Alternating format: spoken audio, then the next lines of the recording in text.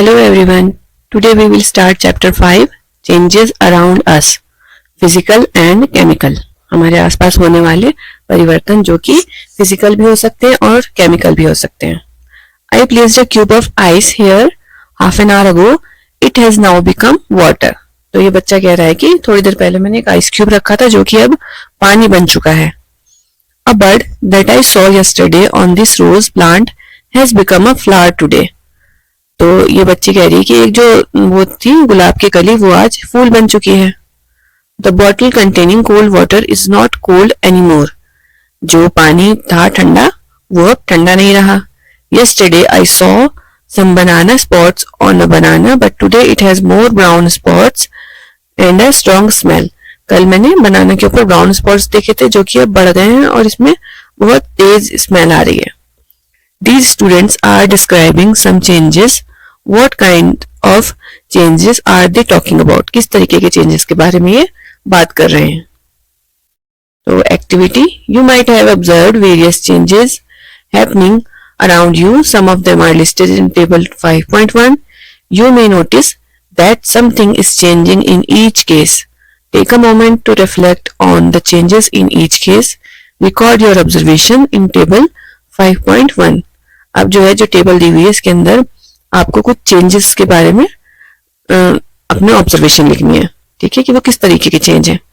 एक है melting ice cube, फिर है चॉपिंग वेजिटेबल्स, फिर बॉइलिंग वाटर और making popcorn, cutting a piece of paper, adding beetroot extract to water, burning wood, drying clothes, making small balls of dough, rolling small balls of dough into chapatis, any other. ठीक है, जो जो आप अपने आसपास changes देख रहे हैं उन सबको इसमें एक लिस्ट बना दिया है. You might have noticed that these changes could be in the size, shape, smell और other properties of the substance और ऑब्जेक्ट. आपने देखा होगा कि ये जो चेंज हुए हैं ऊपर जो लिखे हुए हैं तो इसमें या तो किसी चीज का साइज चेंज हुआ होगा या शेप या उसकी कोई स्मेल चेंज हुई होगी या फिर कोई और प्रॉपर्टी उस सामान की चेंज हो गई होगी. Can you think of some other changes that happen in your surroundings? Make a list of those changes too. और भी कोई चेंज आप अपने आसपास देखते हैं तो उनकी भी एक लिस्ट बनाएं. We observe the changes occurring around us with the help of our senses of sight, smell, touch, hearing and taste. हम अपने आसपास ऐसे बहुत सारे चेंजेस ऑब्जर्व करते हैं जो कि हम किस तरीके से फील करते हैं अपने सेंस से. ठीक है, आंखों से, स्मेल से, टच से, ठीक है, सुनने से और टेस्ट से हम अपने आसपास के चेंजेस को फील करते हैं. We can arrange these changes into category. ठीक है, ये बच्ची पूछ रही है कि क्या हम इसको कैटेगरी में अरेंज कर सकते हैं इन चेंजेस को. A substance may change in appearance but remain the same. कभी ऐसा भी हो सकता है कि सब्सटेंस जो है वो देखने में अलग हो जाए लेकिन वो सेम रहे. Creating some objects with paper. Take a few sheets of paper and fold them to create new objects. एक कागज की शीट लेनी है और उसको फोल्ड करके उससे नई चीजें बनानी है. Do you get the same paper back when you unfold these objects? और जब आप इसको दोबारा से अनफोल्ड करते हैं, इस पेपर को खोलते हैं तो आपको वही पेपर मिलता है. Playing with a balloon. Take a balloon and inflate it.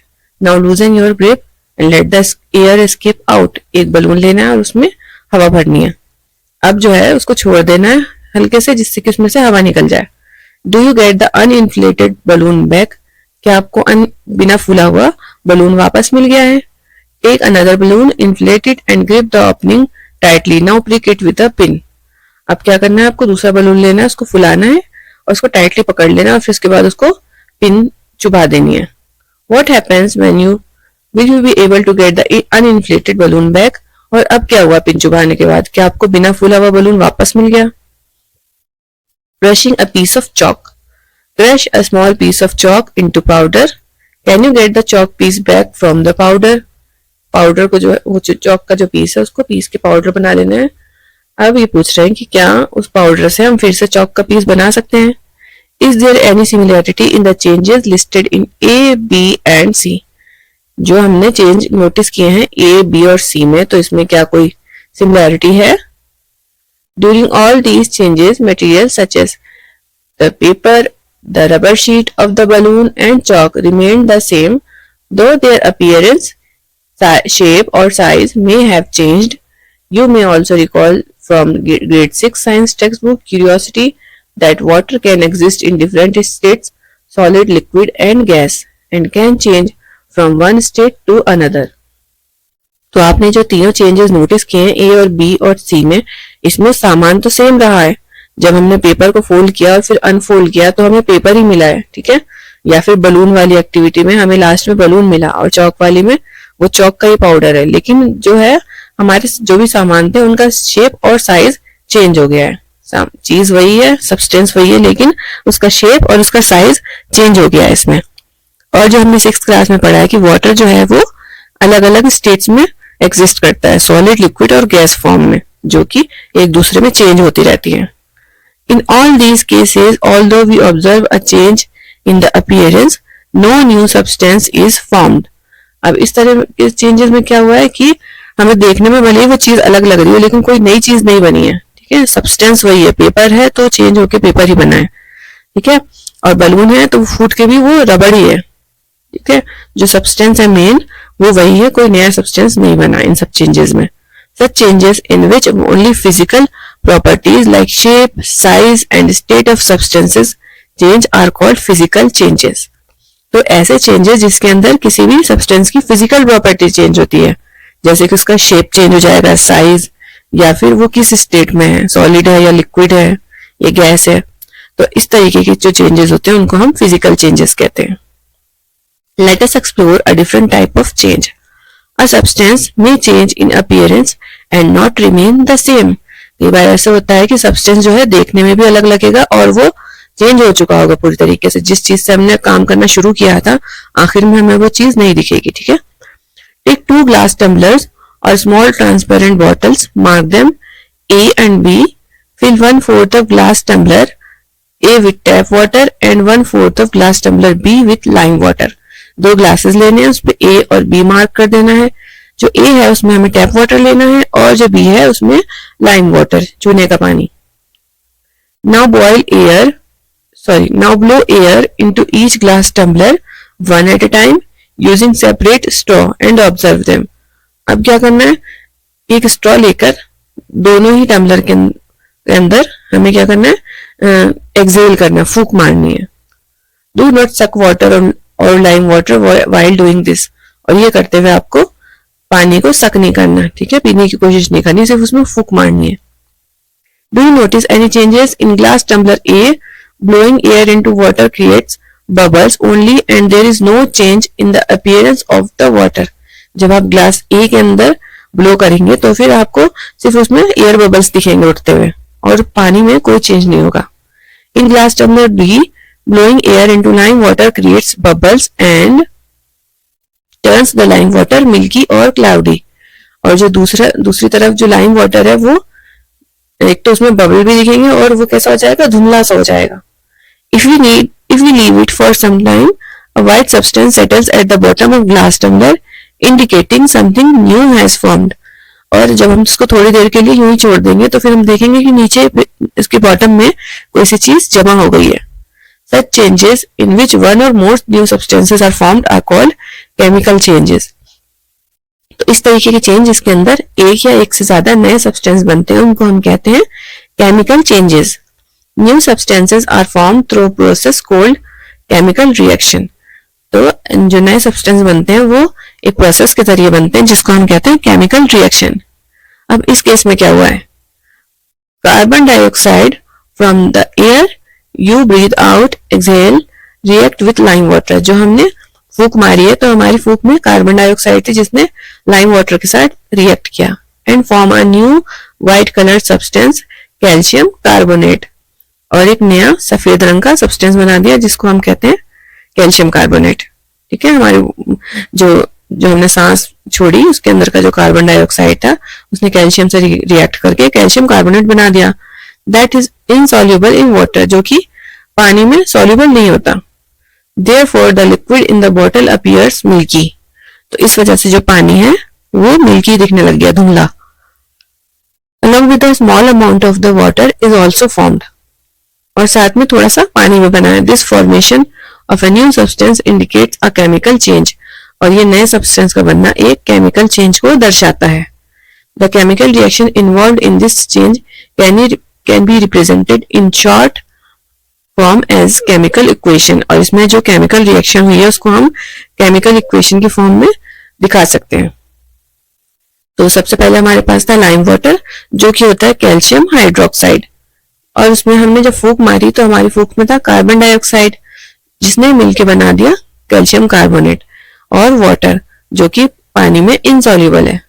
The turning of lime water milky is also used as a test for carbon dioxide, और लाइम वाटर का मिल्की होना ये कार्बन डाइऑक्साइड का परीक्षण भी है। अगर हमें चेक करना है कि गैस जो है वो कार्बन डाइऑक्साइड है तो हम उसको लाइम वाटर में मिला के देख सकते हैं।